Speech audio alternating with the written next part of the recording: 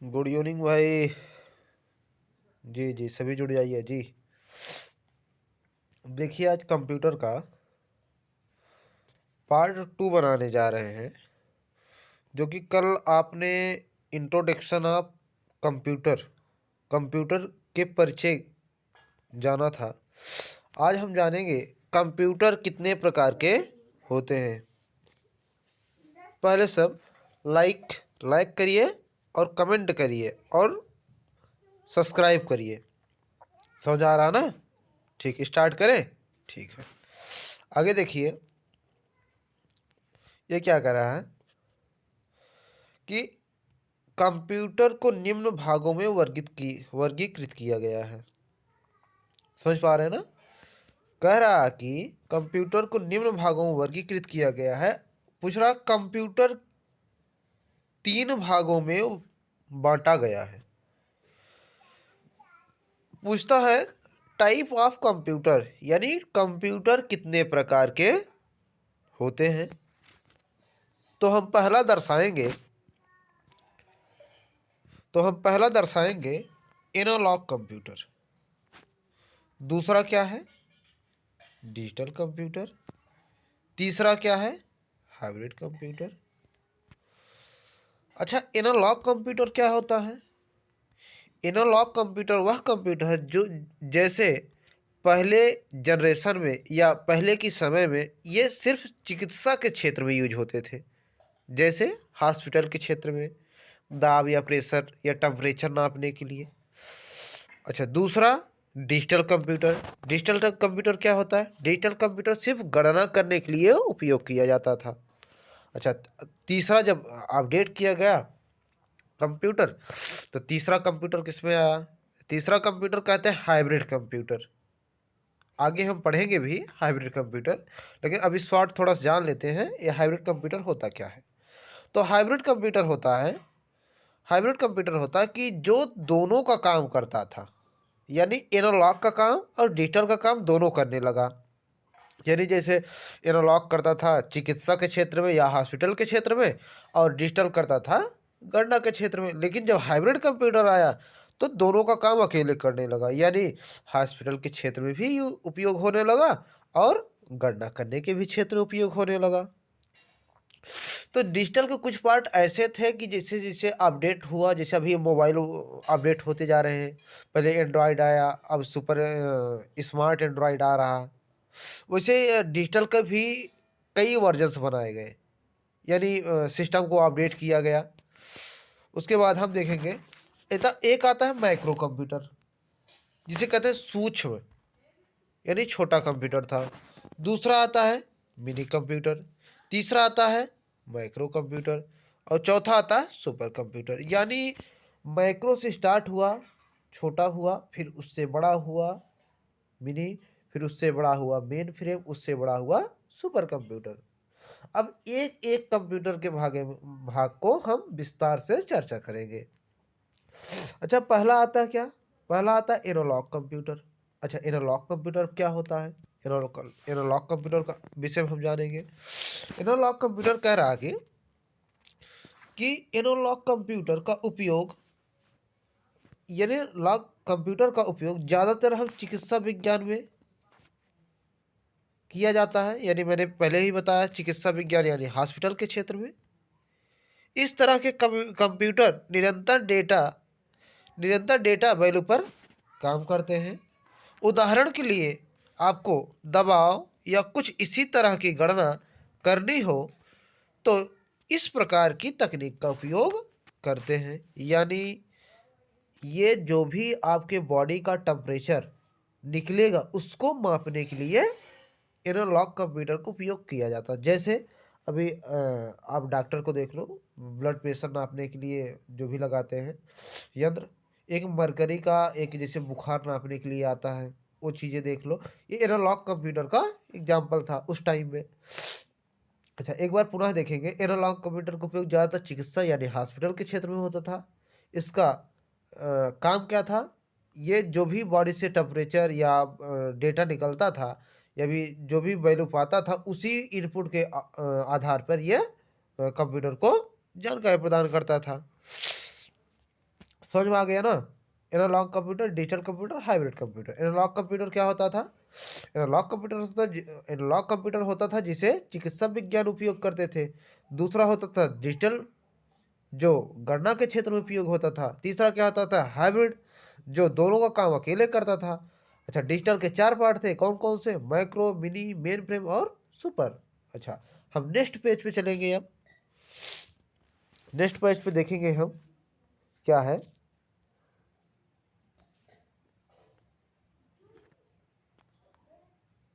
Next page, ठीक है, आइए नेक्स्ट पेज में हम देखेंगे।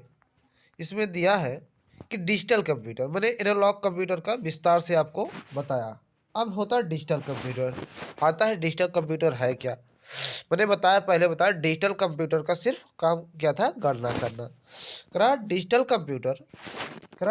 कंप्यूटर तकनीक का सबसे अधिक इस्तेमाल किए जाने वाला कंप्यूटर है। ये डिजिटल कंप्यूटर सबसे ज़्यादा उपयोग किया जाता है, जो आजकल व्यापक रूप से उपयोग किया जाता है। यानी डिजिटल कंप्यूटर का ही स्वरूप है जो हम 5th जनरेशन में उपयोग कर रहे हैं, यानी सुपर कंप्यूटर। समझ में आ रहा ना? डिजिटल के ही 4 पार्ट थे ना, मैक्रो, मिनी, मेन फ्रेम और सुपर। अब 5th जनरेशन वही सुपर का यूज हो रहा है। तो वही कह रहा है ना कि आजकल ज़्यादा से ज़्यादा प्रकार से डिजिटल का ही उपयोग है। कहीं ना कहीं बताने का प्रयास किया है, उसी का जनरेशन हो रहा है और इसे आज के समय में लोग पसंद भी करते हैं। इस तरह के कंप्यूटर माइक्रो प्रोसेसर तकनीक का उपयोग करते हैं जो और जो डिजिटल जो डिजिटल है और 1 सेकंड लाखों निर्देशों को गणना और क्रियान्वित करने में सक्षम है। यानी करा कि लाखों निर्देशों की, यानी जैसे अगर हम 73+73 अगर दें, तो अगर एक मनुष्य वही चीज़ करता है, अगर गणना करता है, उसको टाइम लग सकता है, लेकिन कंप्यूटर को टाइम नहीं लगेगा। ये पूरा तुरंत ऐसा सक्षम है कि तुरंत काउंट करके बता देगा। करा इसे 4 श्रेणियों में बांटा गया।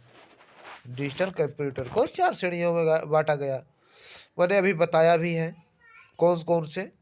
मैंने बताया माइक्रो कंप्यूटर, ठीक है। माइक्रो कंप्यूटर के विषय हम जानेंगे। माइक्रो कंप्यूटर किसे कहते हैं? करा प्रोसेसर बहुत छोटा होने के कारण माइक्रो प्रोसेसर और डिवाइस को माइक्रो कंप्यूटर कहा जाता है। यानी इसकी जो कैपेसिटी थी, समझ पा रहे हैं ना, जो कैपेसिटी थी प्रोसेसिंग डिवाइस, जो इसमें क्षमता का प्रोसेसर लगाया, वो छोटा था। भाई अगर प्रोसेसर अगर छोटा लगाया जाएगा तो भाई इसकी क्षमता भी कम होगी, इसकी साइज भी कम होगी। समझ पा रहे हैं ना? और आगे कह रहे हैं माइक्रो कंप्यूटर, कह रहे हैं कि micro computer single user device का उदाहरण है। सिंगल यूजर डिवाइस का मतलब होता है कि यानी एक सिस्टम पर बैठकर एक ही लोग कार्य कर सकते हैं। जैसे डेस्कटॉप जिस पर आप काम कर रहे हो इस टाइम, जैसे कि कंप्यूटर हो जिसमें सीपीयू, कीबोर्ड, माउस और ये टीएफटी वगैरह लगे हैं, इसे कहते हैं डेस्कटॉप, ठीक है। लैपटॉप आप जानते हैं, नॉर्मल लैपटॉप को ही लैपटॉप कहते हैं। जैसे अभी आपने देखा होगा एचपी का आता है, डेल का आता है, एसर का आता है, बहुत सारी कंपनियों का लैपटॉप आता है। पैमटॉप, नोटबुक, पीडीए, ये सब मोबाइल का ही वर्जन है नॉर्मली। जैसे अभी आप देखेंगे कि पैमटॉप जैसे अभी आया है, छोटा डिवाइस, यानी लैपटॉप से छोटा डिवाइस होता है, जिसे कहते हैं कि हम उसे क्या कहते हैं भाई? बताओ भाई, कोई क्या कहते हैं पैमटॉप को? ठीक है ना, चलिए मैं ही बता दे रहा हूँ। पैमटॉप को कहते हैं टैबलेट पीसी। समझ पा रहे हैं ना? Tablet PC. अभी कुछ बच्चे पाए भी, MA MSc वाले जो भी पाए हों, नोटबुक और पीडीए ये मोबाइल्स वर्जन से, समझ पा रहे हैं ना, ये मोबाइल का वर्जन है। अच्छा, दूसरा इसमें क्या आता है कि देखेंगे, आता है कि मिनी कंप्यूटर। क्या? Mini computer. हमने क्या पढ़ा? माइक्रो कंप्यूटर और जो भी अभी एनालॉग डिजिटल पढ़े। डिजिटल के चार चार पार्ट है, जो एक पार्ट हमने पढ़ लिया है कि माइक्रो कंप्यूटर। अब उस पार्ट के दूसरा आता है क्या? Mini computer. अच्छा, मिनी कंप्यूटर में क्या दिया गया है? मिनी कंप्यूटर में कह रहा है कि मिनी कंप्यूटर का प्रोसेसर छोटा किंतु माइक्रो प्रोसेसर से बड़ा होता है। यानी मैंने अभी जो माइक्रो प्रोसेसर पढ़ के आया हूँ, उस प्रोसेसर से इसकी प्रोसेसर की तुलना में मिनी कंप्यूटर की प्रोसेसिंग डिवाइस थोड़ा सा बड़ा होता है। समझ पा रहे हैं ना? आगे चलें। करा mini computer multi user device होता है। अच्छा, अभी आपने यहाँ अभी क्या दिखा आपने? यहाँ आपने देखा सिंगल यूजर डिवाइस होता है, और इसमें क्या करा? इसमें करा कि ये मल्टी यूजर डिवाइस होता है। जैसे इस पर एक लोग से ज़्यादा व्यक्ति काम कर सकते हैं, जैसे कि यन कंप्यूटिंग। यन कंप्यूटिंग में क्या होता है कि जैसे एक सीपीयू में कई डिवाइस लगे होते हैं, उसमें अलग अलग डिवाइसों को जोड़कर, अलग अलग कीबोर्ड माउस को जोड़कर, टीएफटी रखकर अलग अलग बच्चे काम कर सकते हैं। अच्छा, इसको बनाया काहे लिए गया था आप देखेंगे, जिसे आमतौर पर व्यावसायिक उपयोग के लिए बनाया गया। आमतौर व्यावसायिक उपयोग यानी व्यापार के क्षेत्र के लिए इसमें बनाया गया था। और इसमें डिजाइनिंग भी कर सकते हैं, कंपनी में उपयोग भी किया जा सकता है। यानी आज की जो जनरेशन है वो बढ़ते हुए अपडेशन की तरफ बढ़ रही है, बढ़ते हुए टेक्नोलॉजी की तरफ बढ़ रही है। ये सब डिजिटल कंप्यूटर का ही उदाहरण है। समझ पा रहे हैं ना? यानी व्यवसाय के लिए बनाया गया और डिजाइनिंग कंपनियां भी यूज करने लगी, या कंपनी के डिजाइन के लिए बनाया गया। समझ पा रहे हैं ना? ठीक है, हम आगे बढ़ेंगे। अब तीसरा आता है मेन फ्रेम कंप्यूटर। अच्छा, मेन फ्रेम कंप्यूटर क्या आता? मेन फ्रेम को हाईलाइट करते हैं। मेन फ्रेम कंप्यूटर क्या आता? ठीक है, मेन फ्रेम में आएंगे करा कि इससे बड़ा प्रोसेसर और मल्टी यूजर डिवाइस होता है। यानी माइक्रो और मिनी से बड़ा प्रोसेसर मेन फ्रेम में होता है, और इसमें भी मल्टी यूजर डिवाइस होता है। यानी मल्टी यूजर का मतलब एक से अधिक व्यक्ति काम कर सकते हैं, यानी 2 से 3 व्यक्ति काम कर सकते हैं। करा यूजर की संख्या मिनी कंप्यूटर से ज़्यादा होती है। यूजर की संख्या यानी मिनी कंप्यूटर में 2 व्यक्ति काम करते हैं, लेकिन इसमें 2 से अधिक व्यक्ति काम कर सकते हैं। करा यूजर की संख्या मिनी कंप्यूटर से ज़्यादा होती है। अच्छा, आगे देखिए क्या करा multi user multitasking. Main point यहाँ देखना है, मल्टी यूजर और मल्टीटास्किंग डिवाइस है। मल्टी यूजर मल्टीटास्किंग का मतलब क्या होता है? यानी मल्टी यूजर का मतलब है एक ही सिस्टम पर बैठकर दूसरा सिस्टम लगा के 2 व्यक्ति या 3 व्यक्ति या 4 व्यक्ति काम कर सकते हैं।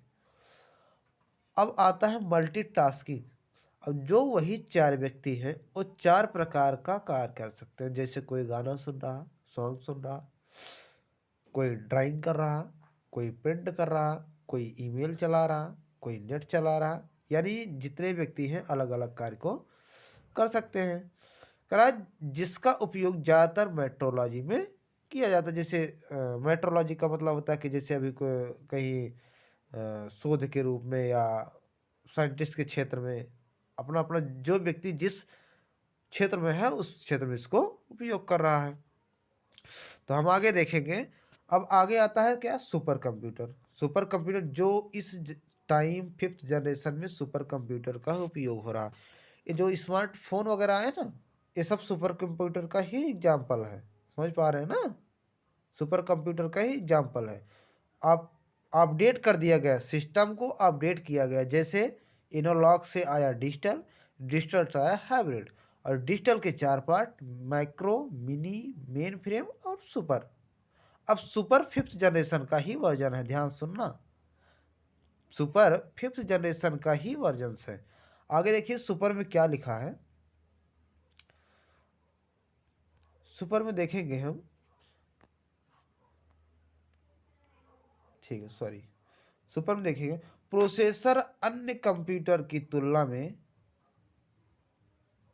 सबसे बड़ा होता है। रहा प्रोसेसर अन्य कंप्यूटर की तुलना में सबसे बड़ा, यानी माइक्रो, मिनी और मेन फ्रेम से बड़ा सुपर कंप्यूटर होता है। सुपर कंप्यूटर का देखो, सुपर कंप्यूटर नहीं बड़ा होता, ध्यान देना यहाँ, कंप्यूटर नहीं बड़ा होता, कंप्यूटर का प्रोसेसर बड़ा होता है, यानी उसकी जो प्रोसेसिंग क्षमता लगाई गई, डिवाइस लगाई, वो चीज़ें बड़ा होता है, कैपेसिटी उसकी बड़ी होती है, ठीक है, और उसका पार्ट बड़ा नहीं होता, ध्यान देना इस बात को, ठीक है ना। और प्रोसेसिंग क्षमता अन्य डिवाइसों की तुलना में अधिक होती है, यानी अभी तक जो तीनों वर्जन से, यानी मैक्रो, मिनी, मेन फ्रेम, ठीक है ना, उसमें प्रोसेसिंग क्षमता कम थी, यानी उसकी कैपेसिटी कम थी, तो भाई जाहिर सी बात है लोड कम लेगा। लेकिन इसमें डाला गया तो बड़ा वाला प्रोसेसर, और इसमें कम क्षमता भी इसमें बढ़ाई गई, समझ पा रहे हैं ना। आगे कह रहा कि यह मल्टी यूजर सबसे तेज गणना करने वाला डिवाइस है, यानी इस पर भी एक से अधिक या 2 से 3 लोग या 4 लोग कार्य कर सकते हैं, और हर कंप्यूटर की तुलना में सबसे ज़्यादा ये तेजी के साथ गणना कर सकता है, जिसका उपयोग आमतौर पर गणना के उद्देश्य के लिए न्यूक्लियर साइंस में किया जाता है। न्यूक्लियर साइंस का मतलब होता है साइंटिस्ट के क्षेत्र में, एग्जाम्पल जैसे इसरो हुआ, नाटो हुआ, ठीक है, और डीआरडीओ हुआ, ये सब साइंटिस्ट के क्षेत्र है ना। तो इसमें ज़्यादातर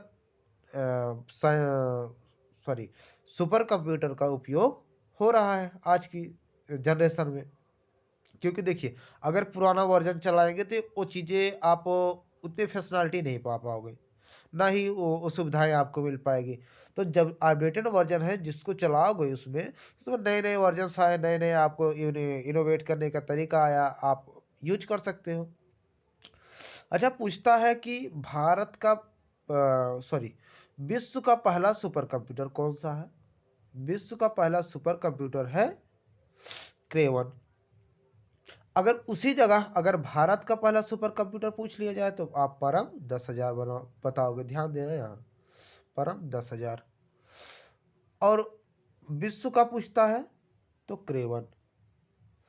अगर विश्व का व्यापारिक कंप्यूटर पूछता है, यानी विश्व का सॉरी एक सेकंड, विश्व का व्यापारिक कंप्यूटर, सॉरी एक सेकंड भाई, ठीक है, आइए देखिए, अगर विश्व का व्यापारिक कंप्यूटर पूछता है तो आप क्या लिखोगे, इनायक, ठीक है ना, इनायक, इनायक या इनियाक भी कह सकते हो, ठीक है ना, इनियाक, आगे पीछे आ की मात्रा लगा लेना, इनायक या इनियाक जो भी आए तो आप समझ रहे इसे व्यापारिक कंप्यूटर कहते हैं, ठीक है ना। अगर विश्व का कंप्यूटर पूछता है तो क्रेवन लगाओगे, अगर उसी जगह विश्व का अगर व्यापारिक लगा देता है तो आप इनियाक कहोगे, और भारत का पूछता है तो आप परम 10,000 बताओगे, जाहिर सी बात है, समझ गए ना। आगे बढ़ें, अभी उसका भी अभी शॉर्ट वीडियो दे देंगे आप लोगों को, विश्व का कौन सा कैसे है, ठीक है ना। तो आगे देखिए हम अब आते हैं थर्ड जनरेशन पे, जो थर्ड कंप्यूटर था क्या, हाइब्रिड। हाइब्रिड कंप्यूटर क्या कहता है, हाइब्रिड कंप्यूटर देख लो,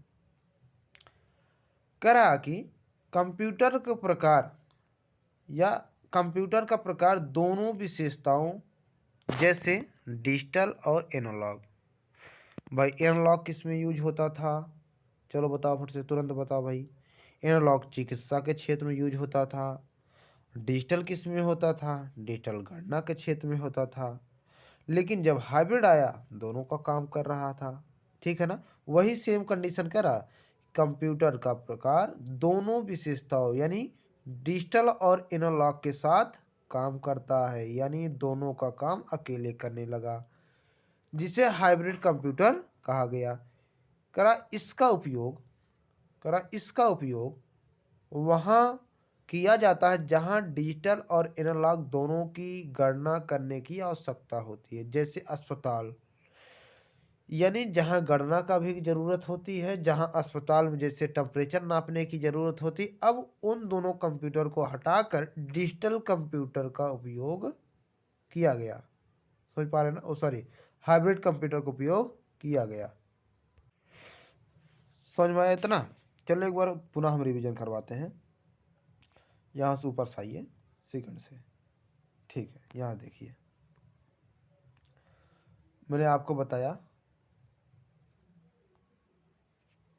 computer, type of computer, analog computer, digital computer, hybrid computer. Analog computer चिकित्सा के क्षेत्र में, डिजिटल कंप्यूटर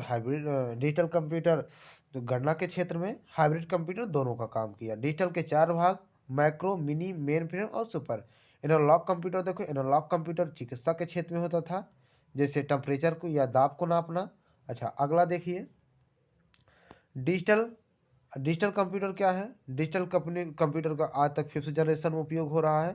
ये ज़्यादातर गणनाओं के लिए उपयोग किया जाता है। लाखों निर्देशों को तुरंत पल भर में ये सेकंडों में काउंट करके बता देता है। इसे 4 श्रेणी में बांटा गया। कौन कौन सा?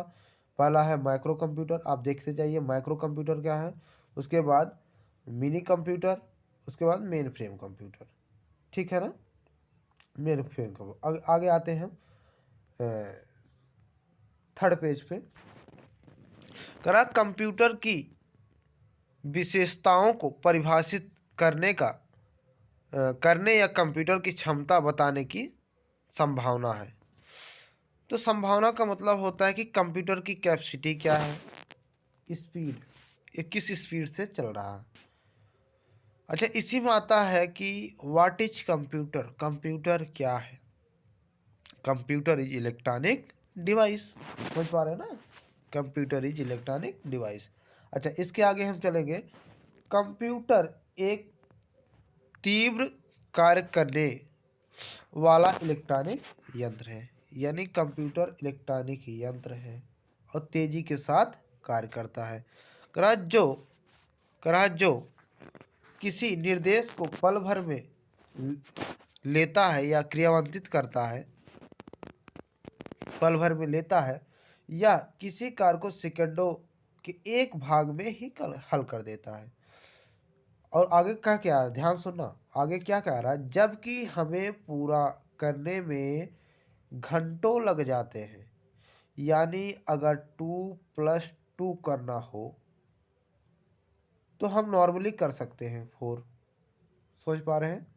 अगर यही चीज़ें 73 प्लस 37 प्लस का सिंबल दो 38, तो हो सकता है कुछ 1-2 सेकंड या 4 सेकंड का टाइम लग सकता है, लेकिन कंप्यूटर ऐसा नहीं करता। अगर कंप्यूटर को जो जितनी जल्दी दे पाओ उतनी जल्दी दोगे तो ये करा कि तुरंत सेकंडों में ये हल करके भाग को दे देता है।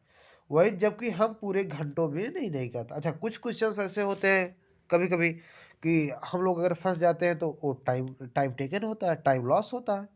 और वो अगर उसी कंप्यूटर के जरिए किया जाए तो टाइम कम लेता भाई, और कुछ सेकंडों में ही करके देता है। अच्छा, दूसरा आता क्या? एक्यूरेसी। एक्यूरेसी कहते हैं शुद्धता, भाई कितना कितना कितना यह सही कर पा रहा। अच्छा, सही सही गणनाएं करता है या गलत गणनाएं करता? भाई इसमें करा कंप्यूटर बिना कोई गलती किए पूरा सही सही गणनाएं कर सकता। भाई इसमें गलती का कोई चांस ही नहीं होता। अगर आप 2+2 दिए हो तो 4 जरूर देगा। और एक बात इसमें और भी कहा, कंप्यूटर में कोई गलती तभी आ सकती है, कंप्यूटर में कंप्यूटर में कोई गलती तभी आ सकती जब व्यक्ति द्वारा गलत इनपुट या निर्देश दिए गए हैं। भाई अगर आप गलत इनपुट दोगे तो गलत आंसर भी पाओगे। यानी अगर आप अपेक्षा करते हो 4 का और दे रहे हो 2+3, तो भाई 4 कैसे देगा? 5 देगा ना। तो आपकी अपेक्षा करना भी गलत हो जाएगा। यानी अगर आप गलत इनपुट दे दिए तो वो गलत ही बताएगा आपके अनुसार। वो अपने अनुसार सही बता रहा 5, लेकिन आपके अनुसार गलत लग रहा क्योंकि आपको चाहिए 4 और आप 5 गया। आपके अपेक्षा के अनुसार नहीं आया ना। तो वही चीज़ अगर आप गलत दोगे तो भाई वो तो अपने हिसाब सही है, लेकिन आपको गलत लगेगा, भाई आपको 4 चाहिए था 5 कैसे आ गया। समझ पा रहे हैं ना।